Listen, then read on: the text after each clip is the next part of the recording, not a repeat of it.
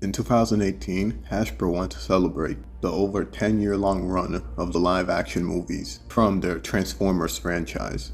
So they decided to unveil the new Studio Series toy line with the goal of creating updated versions of the live-action movie characters in toy form. Every single toy will be numbered and have a specific backdrop that depicts scenes from the movie. This new toy line gives collectors a chance to get the movie characters in a more accurate form than their original counterparts. It should also allow them to buy characters that they initially missed out on, or characters that were never released in toy form. And because all these new figures are releasing under the same toy line, they should scale well enough with each other. Transformers Studio Series. Discover the moments and bring home the characters that define a generation. It's very fitting that the first entry in the Studio Series is Bumblebee in his 1976 Camaro form, which he used in the 2007 movie. His backdrop is the junkyard, which he fought Barricade in. Starting the line with Bumblebee makes thematic sense since he's the first Autobot we see in the live-action films, and it's an easy way to attract customers since Bumblebee figures often sell really well. That's why Hasbro loves making them. This version of Bumblebee was probably easy to make since they just took a few notes from the Last Night version of him and just changed a few things around. Despite all that good news, this figure was still lackluster. This is true for most toy lines. The first few figures they make aren't their best work because they're still getting used to the creation process. When this figure came out, it was plagued with quality control issues, not to mention that the transformation process was also a nightmare. Thankfully, Hasbro did eventually release a second batch of figures with some improvements and fixes, but they should have really gotten it right the first time. Putting the issues with this figure aside, it should be determined whether it is a worthy update to the 2007 original Camaro Bumblebee toy, because that is the whole point of the Studio Series, recreating the old toys but with modern engineering. And if the new toys can't surpass what was done before, then what is the point of this toy line? When you compare the two figures, the new Bumblebee makes the old one look like a cheap knockoff. The 2007 Bumblebee doesn't even look like his movie appearance. For example, he has shoulder cannons on him, even though he never used those in the movies. It's pretty obvious that the Studio Series version is your best choice for an accurate 1976 Camaro Bumblebee. An even more accurate version was made featuring some of the rust he had in the movie, so be on the lookout for that one.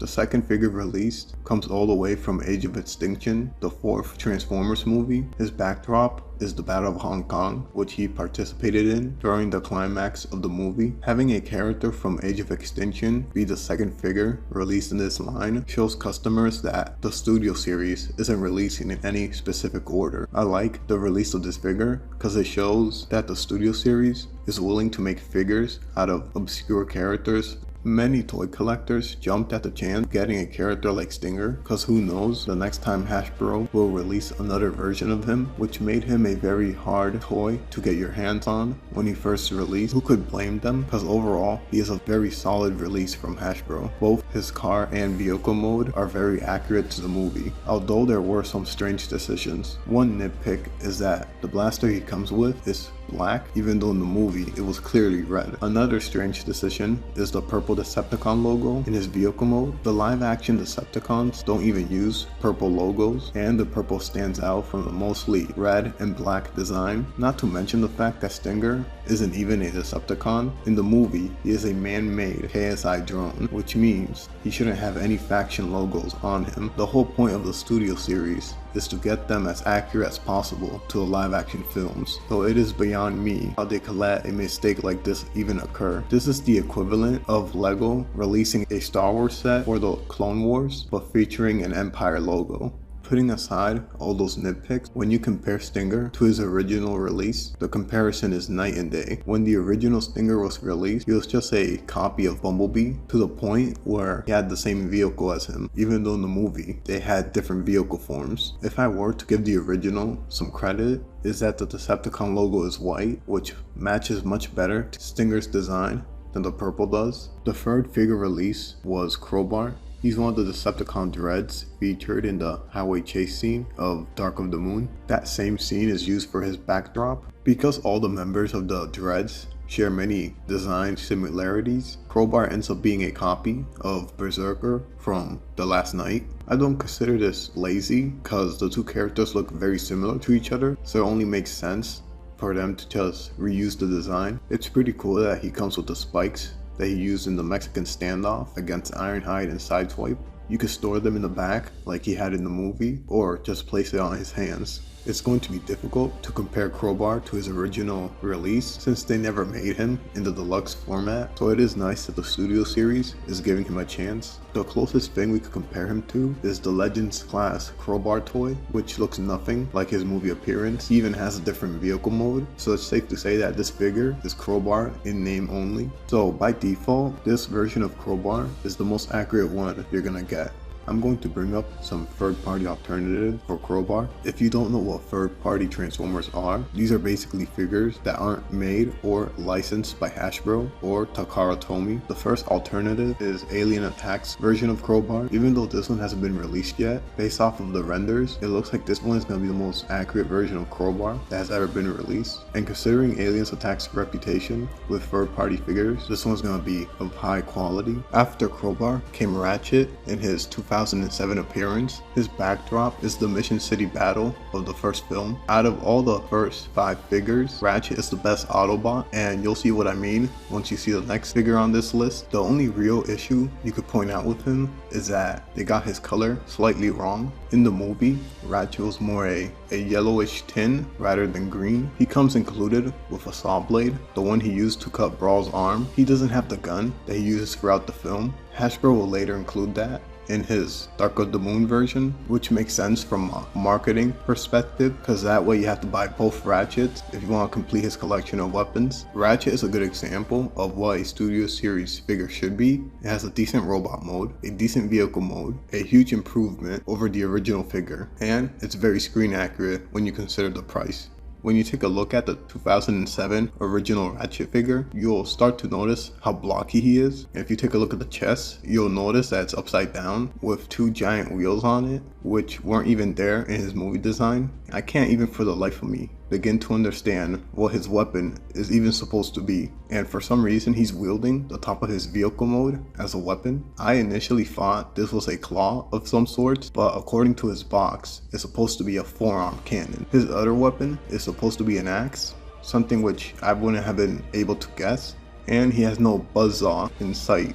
I'm now starting to understand why these figures were packaged in their vehicle modes. For third-party Ratchet options, I suggest taking a look at Rescue Pioneer. This Ratchet comes with a more accurate paint scheme, and he includes all his weapons, the buzzsaw and the gun, so you don't have to buy multiple figures to complete his set. Because this version of Ratchet doesn't have the budget of the Studio Series, a lot of money can be thrown at its design, which explains why he's so detailed looking. He is almost a direct copy of his movie appearance.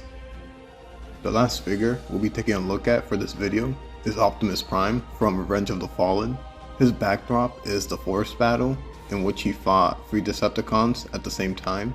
It's strange that they decided to go with this version of Optimus and not his first movie version, which is what they did with Bumblebee and Ratchet. The first live action Optimus will later be released down the line with so many improvements that kind of renders this figure useless, and the only reason I could see someone getting this figure is for his Energon blades, since the other Optimus doesn't have them. This figure comes with a lot of problems. One of them is the huge piece of kibble on his back, another is an ugly gap on his chest, and for some reason they forgot to add the yellow paint near his blue flames in vehicle mode. The worst sin of all is that he can't combine with Studio Series Jetfire. Revenge of the Fallen was the movie in which Optimus Prime combined with Jetfire in the climax, so it is a strange decision that the Revenge of the Fallen Optimus Prime is unable to do that, but the 2007 version of him, which will release later down the line, is able. I can only imagine how many people bought the Revenge of the Fallen version of Optimus Prime thinking he could combine with Jetfire, only to be disappointed. Because the 2007 and 2009 Optimus shared the same design, there is no reason to get this one, because the next version of Optimus, released under the Studio Series, just fixes all his problems. Maybe this figure could redeem itself if it's an improvement over its original that came out in 2009. So for the first time in the Studio Series, The original blows the new one out of the water. The almost 10-year-old Optimus nails his movie appearance. There's no ugly backpack, no chest gap, and they didn't forget to add the yellow paint of his truck mode. The cherry on top is that Hasbro went out of their way to make sure that 2009 Optimus can combine with the Jetfire released around the same time, which makes for a really sick looking combined mode. This is really good marketing on Hasbro's part, since they could convince buyers to get both figures just so they could combine one, even if they only were planning on getting just one. There are so many third-party options with Optimus Prime because he is the leader of the Autobots. But for now, I'm just going to recommend Legendary Toys version of Optimus Prime because he's so similar to the 2009 Revenge of the Fallen version. He comes with 2 Energon blades, his gun, and a second face, which means you don't have to buy other figures to complete his weapon set. He also has the ability to combine with another third-party Jetfire made by AO Mech. Their combined mode is serviceable when you take into account that these are 2 separate figures being squished together. There also is an Iron Warrior upgrade kit, which allows you to have the most screen accurate version of the combined mode I've seen so far. This version of the Jet-powered Prime is incredible, but it comes at the cost of not having an actual Jetfire figure. These are just parts and pieces that are attached to Optimus Prime and serve no alternate functions. Those were the first 5 figures released under the Studio Series lineup. I can't do all of them in one video because this series is over 70 figures strong. If I were to rank the first 5 figures put out by this line, I'll put Optimus Prime in last place because he can't even surpass his original counterpart. Bumblebee will be in 4th place because of his poor quality control and the fact that there's so many Bumblebees out there, so he has a lot of competition. Ratchet will be in 3rd place because he's a pretty decent figure and has no major problems. Singer is in 2nd place because he is such a huge improvement over his predecessor. They especially nailed his vehicle form, which is so different from Bumblebee's vehicle form that he is no longer just a clone of Bumblebee. I would have placed him at 1st place if it weren't for that Decepticon symbol, which means Crowbar is the best one so far out of the 5. And that's mostly due to the fact that he was never released in deluxe format. So by default, this is the best version of him available by Hasbro. And for the price point, you are getting a very good representation of his live action form. So far, the Studio Series has been a mixed bag. You got 2 bad figures, 2 great figures, and 1 overall decent one. This is very common among new toy lines. It takes a while for the designers to get used to the process and start making good figures. Hopefully the next 5 figures will be more consistent in quality